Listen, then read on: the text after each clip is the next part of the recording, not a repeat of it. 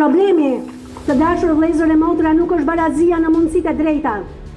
Problemi është ideologjia që kërkon rezultate të barabarta në kurrizë të meritokracisë. Mirë po një shoqëri e drejtë nuk ndërtohet duke prishur themelit e saj, por duke i forcuar ato.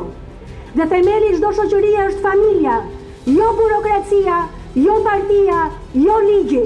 Kjo krijon pasiguri, përshtjellim në mendjet e më të vegjëlve tanë dhe një terren të paqëndrueshëm në formimin e fëmijëve.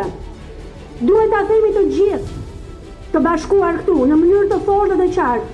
Fëmia është i prindërve, nuk është i shtetit. Kjo nuk është hera e parë në njerëzim që ligjet përdoren për të luftuar të vërtetën. Historia jonë e afërt na tregon dhimbshëm se çfarë ndodh kur shteti e merr rolin e edukuesit absolut. Vetëm 80 vjet më parë Shqipëria u mbulua nga errësira e komunizmit.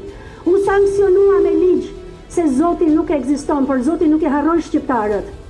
Për rrjedhoi njeriu duhej riedukuar sipas vlerave dhe moralit që nuk vinin më prej Zotit, por prej partisë, e cila ishte kthyer në një besim fetar më vete.